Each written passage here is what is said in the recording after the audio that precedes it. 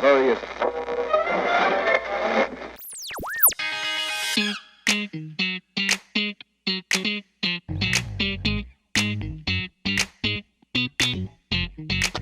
Let's go. It's your host, Nick Perrette, and you're listening to Commercial Roofing Radio. This is the hottest radio station in the roofing world.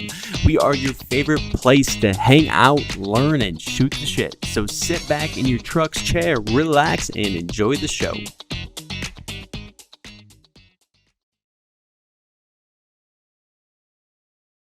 Welcome back to Commercial Roofing Radio. Our next guest is my good buddy, David Estes. What's up, David? Not much, buddy. How are you? Good, man. So, all right, David is part of the elite roofing team here in Denver, Colorado, one of the highest rated companies in the state. He's been doing sales for a long time. He did business development. He's doing commercial sales now. An absolute rock star. He's so good that he even trains other companies and salespeople for the Roofing Academy on how to improve their sales processes and procedures. Like I said, absolute rock star. Give you a little background. Big Rams fan, big Cubs fan. And when we recorded the Start Build Grow show, he was one of the highest downloaded episodes of all time. So we got the great David Estes, man. What's going on? Not much, man. Just out here enjoying this beautiful Colorado weather, getting a little hot, and I'm excited to see what we're going to do today on the show. Heck yeah, man. Well, hey, I appreciate you coming in. Like I said, you're the first guest to come into the new office space, so I appreciate it. What do you think of the new spot? Man, this new spot is dope. Like it's, I feel like I'm in like a loft I used to live in when I first moved to Denver in 2010. But yeah, this would be a cool house, cool spot to work at for sure.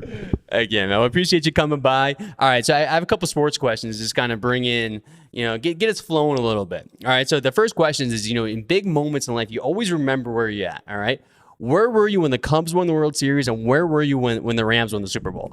When the Rams won the Super Bowl, I was at my own house. No, I take that back. I was at Randy Brothers' house.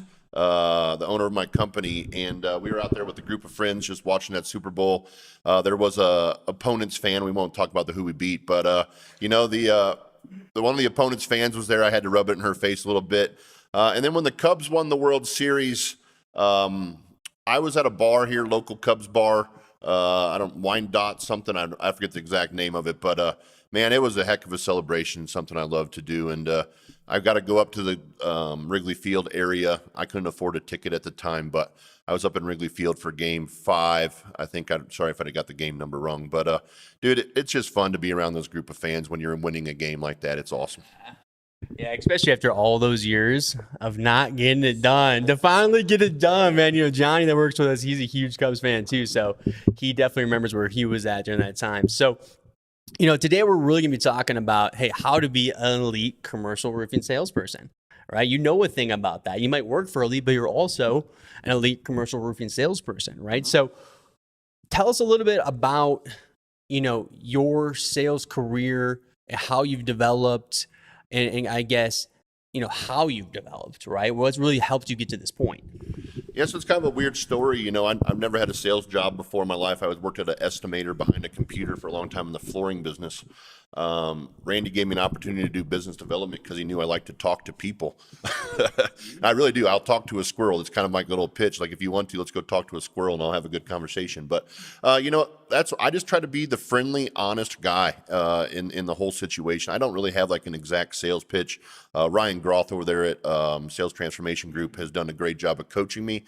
I definitely take some nuggets from what he says. I've taken a couple nuggets from Contractor Coach Pro when we went to go visit those guys for a little bit. So it's been nice to take different nuggets from different people. As David Estes sits, I don't have an exact sales process. I show up to the customer. I give them my honest opinion. I never, ever, ever lie. And I go from there. And then I just kind of understand what they need, understand their wants.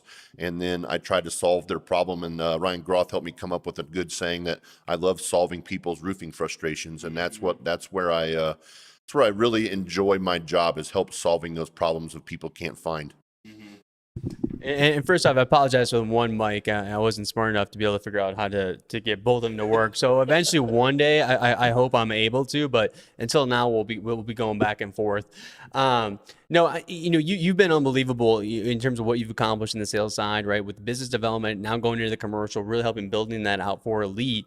You know, for other people out there who are trying to get into the commercial space, or maybe they're not where they want to be at a sales environment, how would you suggest splitting up, nurturing relationships to maximize benefit for the future versus trying to get quicker wins and stuff that might be not as long term? Yeah, the big thing is just always be networking is one of my big things, and you're always introducing yourself to new people all of the time because you never know when the right opportunity is going to pop.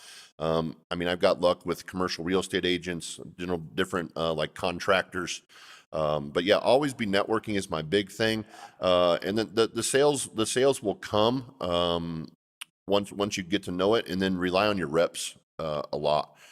As a commercial roof salesman, you have to know the whole gamut of roofing. You can't just know just flat roofing because apartments have shingles on them sometimes too. So, getting to know manufacturers, reps, getting to understand the products. That way, you can have intelligent conversation with your owners has been pretty clutch in what I do. And I like that you mentioned networking. And one of our previous guests mentioned exposure, right? Exposure to people, skills, all that kind of stuff. And I think one thing that's great about networking is the exposure, right? For me, and I want you to kind of fill in the gaps here where I missed, but for me, money time is time spent in front of a prospect, right? It's not filling out contracts, it's not doing all this kind of stuff. Money time is money, it's time spent in front of prospects. That's where you want to be spending as much time as possible. That's why networking is so great. Can you kind of fill in the gaps there of what I may have missed? Yeah, no. So the networking is where you're at, and it almost gets to the point where people just trust you because you've been networking with them so long that the bid process kind of goes away. You kind of build that relationship, build the trust from the get go. And then you're sometimes not even bidding against other people because they just respect what you've done. And it's not over the night. I don't expect anybody to say, "Hey, I'm listening to what Dave's saying, and I'm just going to go out and do that." This has been a 7-year process. Right. I'm not just landing these deals because I've just started talking to people yesterday. It's a long game. It's a long closure game. You're not going to close anything overnight. But yeah, just stay in front of the right networking groups. I mean, there's hundreds of networking groups, different people, commercial real estate agent groups. Just stay in front of those people all the time and get to know them as a face. I had a guy that actually sells tortillas here in town, Richie, the tortilla man, and he was in one of my networking groups. And he says, "Dave, don't expect to sell nothing this year here. Maybe not even next year. But after the third year you show up, they're kind of like, hey, man, this guy keeps showing up, keeping supporting us. We probably should start supporting that guy, So Exactly, yeah. it's a long game. And stay in front of those customers, keep networking with them, show up and do what they ask. Like if they call you for a leak, you have to be there within 24 hours. Yeah. Show that you care, show that you want to help, and that goes a long ways as well. That was really well said because if I own a commercial property and you keep showing up to my building, you're making small talk. You remember what I like. We're talking about ways you can help me out, stuff like that. You keep showing up. And I'm not even paying you, and you keep showing up, and you keep showing up, right? And then when I finally give you an opportunity, you execute on that opportunity and put the customer first, and you keep doing that. That's my game. Don't ruin my whole game, but that is my game. What, execute? Execute is your Yeah, execute and follow up. I'll tell you a little quick story real quick. Had a kid come knock on my door at my own house. I know this isn't commercial roofing, but just give you an idea. He came trying to sell me some Vivant cameras for my front door and my back door. Yeah. So he comes. I said, "Hey man, some stuff's going on at the office. I can't make it. Can't make a decision today, but follow up with me next week." I'm a sales guy trying to test this kid's water. Never heard from him again. Yeah, exactly. So if you're showing up to these people, don't just show up one time and never come back. Like you gotta come back and be in their face and appreciate what they're doing for you and what you do for them.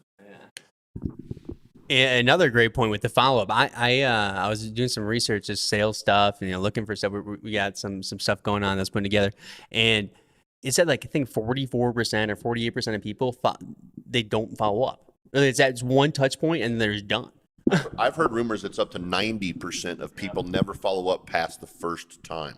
That's madness. Like the way I look at it is if you're asking me for my time and my professional opinion, I'm going to follow up with you until you tell me to stop following up with you. You've asked me to do something. Now I'm just asking for you to communicate back to me if I've won the job or not. Exactly. So I will not stop following up till they tell me to stop. Yeah, that's a good point. I think though, as people, we're always afraid to like piss somebody off, right? We're like, oh, we don't want to bother them, you know what I mean?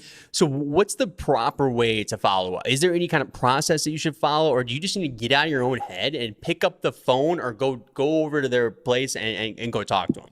I do both. I pick up the phone sometimes, I email sometimes. It just depends on where I'm at in that day. But I don't think there's any inappropriate way to follow up. Just send a quick email, say, hey, just checking in kind of thing. Call them, leave them a voicemail. Just always just keep doing it. But I don't follow up every day. You know, when I first send out a proposal, I'll follow up within a week. Yep. And then I'll follow up every couple of weeks, and then every month, and then every month until you make your decision. Because, you know, some of these big apartments or big commercial buildings that aren't cheap budgets. Mm-hmm. So these people sometimes don't have a couple $100,000 just sitting around. They have to save up some money and stuff. So, but yeah, that's kind of the concept I abide by. Just always do it until they tell you to stop. Mm-hmm. Or tell you to move forward with the project. It's what you hope for. Mm-hmm. Yeah, until you get the win. No, I like that. So, what about your mindset in terms of strategic approach? It's interesting as a salesperson, you're basically your own business owner, right? You're running your own business, basically, right? That's what it is. Like, you as a salesperson, when you have enough respect, there's not a lot of people like telling you what to do or anything like that. It's like, hey, go make it happen. From there, you paint the canvas. Mm-hmm. What does your canvas look like? What's your approach? Like, what's your mindset? Are you just trying to get big wins? Are you just trying to get any win? Like, how do you do that? Because there's so many different things and approaches you can really take in commercial sales. It's crazy. Yeah, there is a lot of approaches. You know, the kind of the goofy part is I almost look for the small job first, if that makes sense. I don't go looking out for that big $1 million job instantly. Like, I feel you have to show a customer what you can do from the get-go. So doing that starts with service. You know, running a good service department and getting your crews out there to fix that annoying leak. I had a perfect customer that I've been servicing for 3 straight years, had a ballasted roof, was really struggled to find a leak, ended up 3 years later, after so many leaks, he had such an important business that water couldn't get in there. I can't get into the business. But after 3 years of servicing this guy, he's like, dude, I'm tired of chasing these leaks. Like, I just need to replace this roof. And that's what it took. You know, I didn't even have to bid against nobody else. I was his service contractor and just being there to show up. So that's kind of like my day, you know, just waiting. I don't wait for phone calls. I being in this for 7 years, I kind of just get phone calls coming in on leaks, water extract. You know, in Denver, when we don't have rain so much, the people forget about their leaks. Yeah. And then when it rains, then you get this big influx of people like, oh man, I do remember that leak that I had the other day. Exactly. So then you get a lot of phone calls from that. And then you gotta set aside time to just network and reach out to old people, reach out to your old bids. Randy has us starting this thing called Follow Up Friday. Nice. Where we just every Friday we reach out to a couple bids that we had sent that week and just check in and see and then we have a little group text with their whole residential guys and the commercial guys and just showing our wins for the week. So Follow Up Friday has been a big success. And makes people remember to follow up as well. So that brings me up to my next point then is actually about collaboration with the team. So you mentioned, you know, you have the group chat and stuff like that. I mean, how do you guys hype each other up? I mean, do you guys help each other out at all? Like, is it important to have other salespeople at your company that you connect with, or is it whatever? Because it's, you know, you're kind of on an island a little bit. Yeah, so I do have one other sales guy, Clayton. He's fantastic. We do take the team approach a lot. We feel I have a total separate personality than Clayton does. Any HOA or any large apartment deal, we sit in it together. That way, if there's conflicting people, like some person of the HOA may not get along with me or think I'm weird. Some people might think Clayton's a little bit strange. So we do it as a team approach. And it's been fantastic to be together. If there's a little hiccup that I maybe said or something that I don't understand or how to get an answer back, it's great to turn the floor over to them and see how they answer the question. And then you learn from other people too, right? You learn what their pitch is like. Having the residential sales guys is great too, because my team likes to learn, and I'm like a coach for them. Like I can teach them what they're out there doing and give them ideas on how to fix it. Or if they need my assistance, they can come visit with me and kind of get an idea of what I feel they should do to make that customer happy and give them a good opportunity to fix their repairs. So what about continuous development? How are you always improving your skills? Obviously, you got to this point, and you had to learn a lot to get here. I mean, you did things like top rep and stuff. It sounds like. I mean, are you just trying to stay fresh, connect with manufacturers, or like how do you stay sharp and keep improving those skills? Yeah, I mean, I don't, again, Jim Johnson and Chuck, I'm not saying this bad, or Randy or Ryan, any of you guys, but this is, it's a nugget. You go to those things and you pull certain things that you think, oh man, I could use that. I could use that little piece, or I could do that. Because there's some times out there you feel like you could sell every single person, and sometimes you're just not the right fit. And then that's a big thing. So yeah, I really just, if I'm not the right fit for that customer, it's pretty kind of good to have ADD, I guess, because I kind of just forget and move on. But yeah, and then that's just my main game. It's pulling nuggets and understanding a concept, and then dedicating some time to network. If it's not weekly, at least every other week, just to follow back up with somebody, swing back by their office, drop off something, say hi. It's just always nice to be a fresh face, and it kind of changes up your day versus you're out bidding, putting numbers together, putting estimates together, climbing on these hot roofs. It's sometimes nice just to walk around some days, be in the air conditioning, and talk to your networking people, and see how their day's going, and just check in. What's kind of a little bit strange about me, once you're wearing your roofing shirt, they already know what you do, right? I don't ever talk about what I do when I'm in front of people. Absolutely. I don't like, they don't care that I'm a roofer. I want to get to know you as a person. Like, how many kids do you got? What did you do with your weekend with your kids? I like to get to know people as people. That way we're partnerships later, and they understand that I'm a good person, and that good people help out good people. Well said, man. I like that. So that brings me to my next question too. Then is what is the David Estes presentation? Is there any marketing materials? Are you taking me through the slides, or you just completely kind of removing that? You're getting to know them, and then from there you're just kind of asking questions about the properties or whatever it might be. So it depends on my customer. If it's a newer customer, I have a presentation. We do a great job at Sumo Quote. I think Sumo Quote does a fantastic thing of like showing pictures and showing what you're saying that you're doing, like, and having arrows pointing to their problems. And It's pretty cool. it's pretty neat how that works. That goes a pretty long way. And I set myself up during the job walk. I'll have customers up there with me. Like, I was just on this church last week, and this old man that could barely get up the steps was up there with me walking the roof, and I'm just showing him his problems. And so he can see that I'm not just making this stuff up. I'm like showing him what's going on. And it just, the respect that I get, that I'm giving my honest opinion and just showing him the issues, it goes a really long way. And he pretty much told me, hey, I got to get 2 other bids, but I'm going to just throw those in the trash, because you're getting, the person that you are goes a long way. Don't be like this weird sketch sounding dude, like you're just trying to make money for your family. Like, another HOA I'm going to this week, the couple of roofers said, hey, we got to replace these whole roofs. The roofs are in perfectly fine shape. They had a bad thing on the way the water drains. Is the problem? You ask this person and said, hey, where's these things leaking at? She tells me directly, right from the get-go, my roof is leaking right here. I said, wow, let me go check that out. And then when I went to go check out this issue, every single one of these issues on this building was the exact same. And that's the only problem. Fix her problem. Don't say you need a new roof. Just fix the lady's problem. How much money do you think you saved her there? Well, my bid's around, if I had to guess, $70,000-$80,000 minimum. Yeah. But you gotta have I tell people I have a heart, right? You have to understand that you are making people spend money. Why make them spend this oblivious amount of money just to put money in your pocket? Just do what you need to do and get the customer watertight. Obviously we've had some interesting times, right? We've had the whole COVID situation that they locked us down. We had, when you're looking at Denver, no hail, right? In a few years, it seems like. And so for contractors out there who are also going through, some rougher times, what suggestions do you have, whether it's as a sales perspective or at a business perspective, on how to, whether it's be flexible or what to do differently or perspective, any of that stuff, really? Just to be different, you got to do service. Like, you have to do the small jobs. Yeah, I sold 4,200. I sold $589. Like, I don't care the size of the job. Let's just get there and patch some stuff. The service jobs, you can make a good margin. You're taking like little base hits to get the big one, but just keep doing service, and then the good stuff will come later.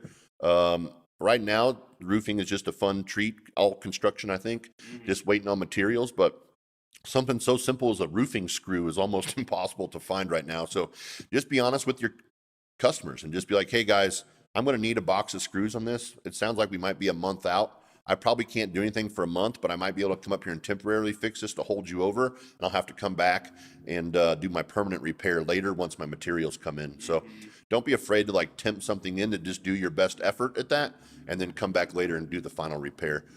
Is something I think is a little bit different than we could stand out and do.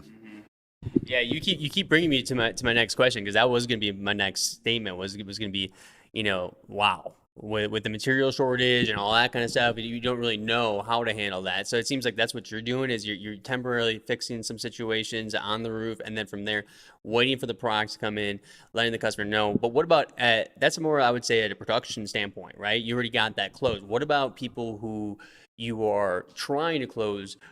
What's your message to them? My message to them is just pretty much, hey guys, we're in tough times with COVID backing stuff up, and I'm tired of blaming COVID. I'll just be honest. But what we're coming to find out is, if any of you are from Denver or driving through our skyline, there's 20 tower cranes standing up right here. The new construction business is what's really drowning us, and demand for apartments and all that stuff. The demand is what they're claiming is that just we can't keep up with how much people want. So just be, like I said, the key is being honest from the get-go, what the scenario is, how your game plan is to fix it. And once they trust you, they'll understand that you're going to come back and do it right. I've had a leak that I've tried 3 times to fix it in the exact same spot.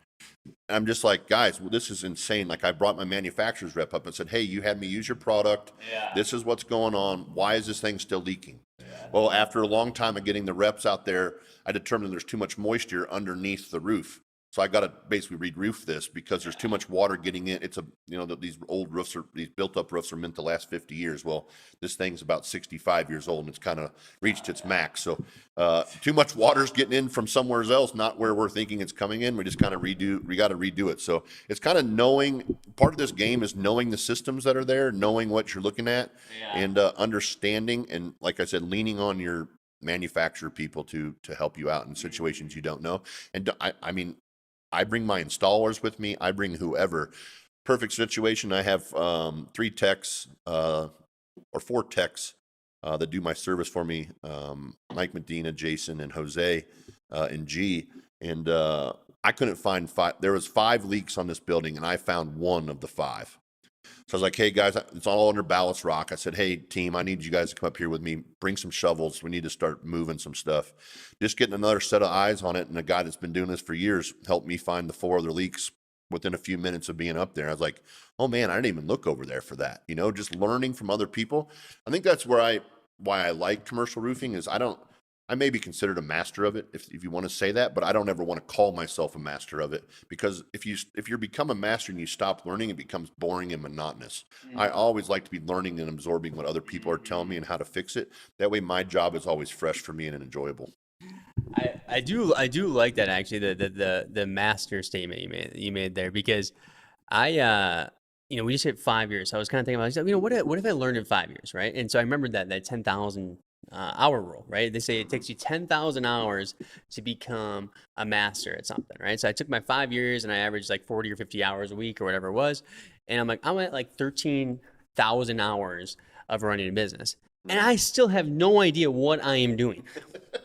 You know what I mean? So yeah, I can't even figure out how to plug in 2 microphones. Think about this. I've ran how many episodes of podcasts? I still couldn't get this thing connected today. You know what I mean? So it's like, stay humble, right? Stay curious, I think is a big thing, right?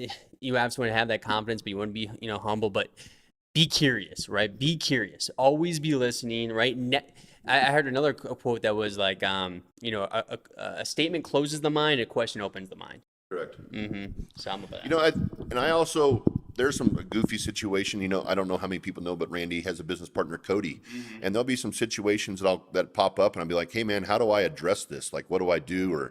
And it's crazy when you hear it from a different mindset and just get like, if you take it from an approach of being, is this going to make this guy mad? Or if you point the direction towards that guy, just how a different approach to ask a question can just change the total vibe of how you're saying off.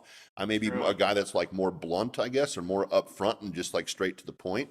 But if you kind of reverse the question and kind of point the questions back at them, it's crazy the different responses that you can get. But I would never learn that if it wasn't for somebody else teaching me to say, hey, switch the way that you're saying this, and it'll come off differently than just being blunt and to the point. Yeah, that's interesting. So would you say, so is that where you kind of struggle though? Is where people are more straight to the point, not trying to have any kind of like conversation really with you? Is that like the harder stages for you, would you say? Having a conversation with me is not very hard. No, that's what I'm saying. I am to the point. Oh, you're to the point. Gotcha. Okay. I thought you were saying that you struggle like if people aren't like kind of, because you're very talkative, small talk, you can connect with anybody. Because for me, that's where I struggle, right? Is where the people that, you know, I'll be giving this, what I think is this great talk with them, blah, blah, blah. And they're like, no, all I want to know is this. That's where I drop the ball. Yep. You know what I mean? It's like, well, I guess to give you my whole spiel. You don't like my whole spiel? Like, how could I do better there? This is a sales perspective. What do you think I could do better? I should ask them. I should reflect their questions back to them, would you say? Or what should I do to handle that situation? Well, a lot of things that you just need to do is just listen. I think listening, it's, Ryan Groth will tell you this too. It's a struggle for me, you know, and I want to lead the conversation, but you need to let the other person that you're interviewing lead the conversation and just listen to their needs. Clayton had somebody that had a frustration the other day, and he just let them puke it out, you know, just get it out. Just let me know what's going on. Once you let them just let you know what's going on, it makes what you tell them back a lot simpler and a lot easier for them to understand. So like I said, it's different for every single person, right? I've got a property manager, maintenance guy that he's up there. He's like, David, this keeps leaking. How do I ever trust you for anything you ever tell me anymore? He's just 100% joking with me, but you just got to understand how to play different people's personality. I guess that's a big part in this sales game is understanding who you're talking to, understanding the different personalities of people, different races, different cultures, different whatever you want to say. If somebody you're talking to is from a different culture, then you kind of need to understand like, hey, this is appropriate to say to this culture. This isn't, because every culture is different, you know? It's kind of hard to explain that, but it's the truth, right? Like so knowing your audience helps. And then just like I said, relationships, and then those build for a long time. I had one of my biggest customers the other day. He said, if I don't give you something, call me an effer right after I'm done and then force me to get it. I'm just like, all right, well, if you're asking me to do this. So I was at his office yesterday and I called him an effer. And I was like, hey, well, you didn't give me this information. You told me to do that. Me you were giving this information. Yeah. So you just got to know your audience, listen, and have a good mind, and just remember what the conversations you have with people. Because like you were saying earlier, when you go to network and not talking about roofing all the time. I don't remember every conversation I have. That's what Google's for. Like I have my calendar and I said, hey, I talked to Joe Johns yesterday and Joe said he liked to go on a barbecue this weekend. Well, next time I follow up with him, I'm going to say, hey, Joe, how was your barbecue this week? You know, I don't remember that, but just write it down. And that way you can connect with these people. Exactly. And that's huge. I'm glad that you mentioned that too. So if you guys are using a CRM or whatever it might be, right? And you have the notes section. The notes section doesn't have to be just for the issues that they're having, right? On the account, on the contact, what do they like? Yep. How many kids do they have, right? What sports are they in? All that kind of stuff, right? What do they actually care about, right? Have those conversations with them, get to know them. All right, so we're going to be transitioning into a game here pretty shortly, right? And then after that, what we have is you have to leave us with either some kind of enlightenment. It could be a quote, a life lesson, a book suggestion, anything. But before that, I got one more question before the game. All right, so you look great, man. You lost a bunch of weight. What kind of impact has that had on your career, your life? Because, I mean, you're looking great, man, and I'm very impressed.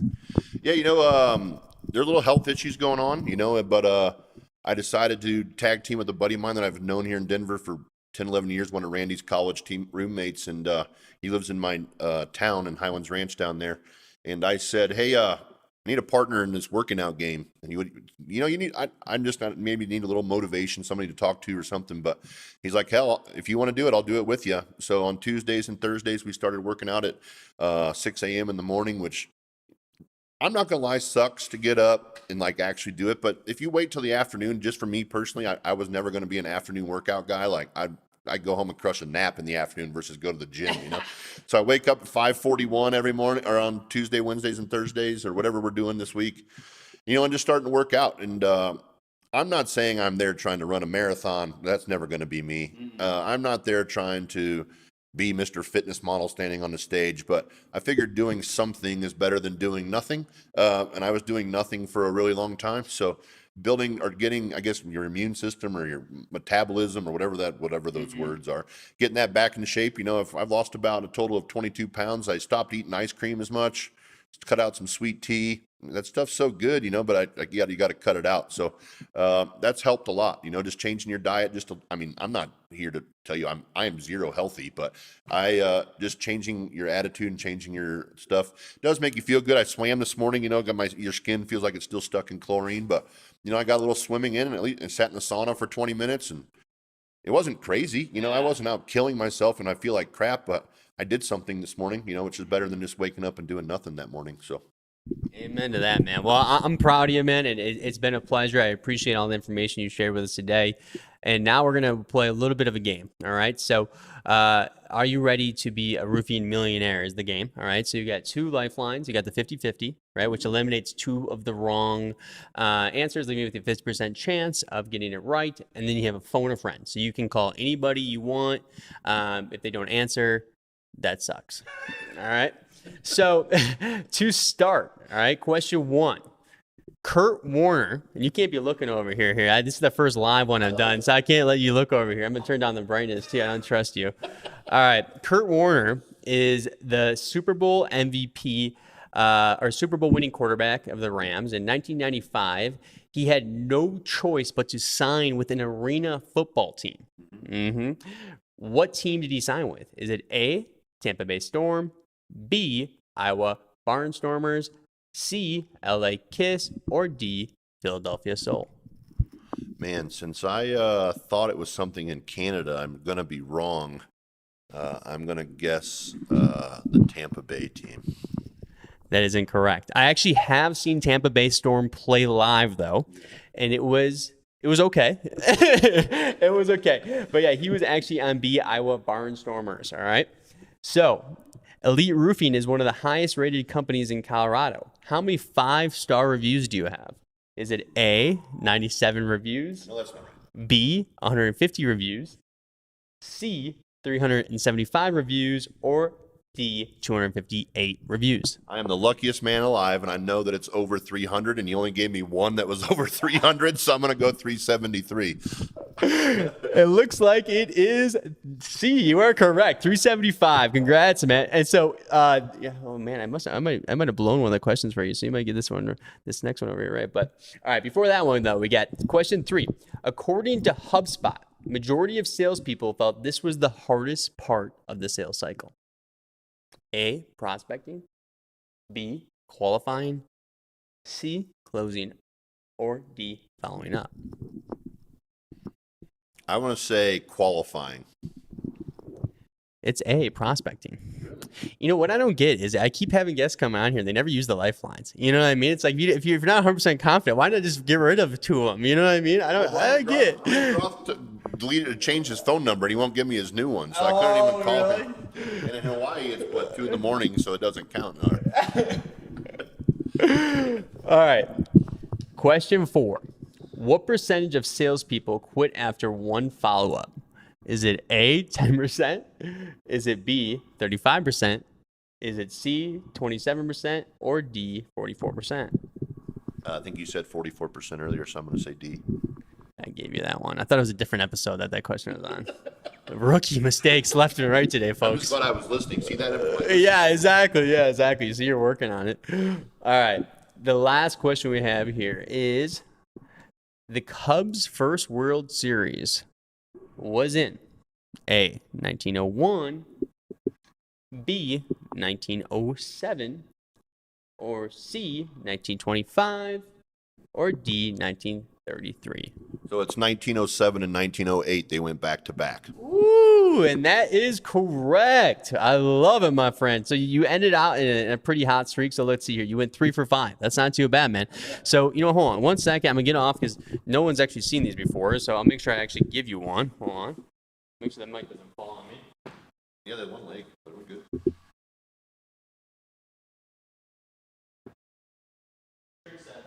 Here we go. So this is... Let's see. I like big roofs, and I cannot lie. Let's go, baby. The man loves big roofs. That's fantastic. Yeah, so thanks for playing. Yeah, that's nice, right? So we appreciate you coming in, man. We You do should have the song playing in the background. yeah, I need to, right? Well, we're gonna do a remix of it. I think we're gonna do a remix of it. But yeah, man, so we want to end just with quick enlightenment. So it could be a sales tip, it could be a quote, a book suggestion, a life lesson, whatever it might be. However you want to leave the viewers, and then we'll close it up. Yeah, I'm pretty sad, and I don't really read books much. But I think that's my going away point that I can't hammer home enough is be honest and follow up. I don't think it gets any simpler than that. New guys that kind of start, or we hear about new people coming to work for us. I kind of sit them down, and not for long, but I told them it takes 2 important things to win at this game: is communication and following up.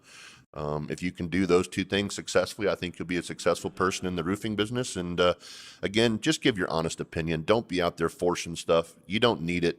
Do the stuff that you need to do, and just be a great person out there. And that's what the industry needs. Amen, man. Well, hey, Estes, we appreciate you, my friend. Thanks for having me. I appreciate it. Absolutely. Everybody out there, thanks for tuning in. We appreciate it. We'll see you next time. Thank you.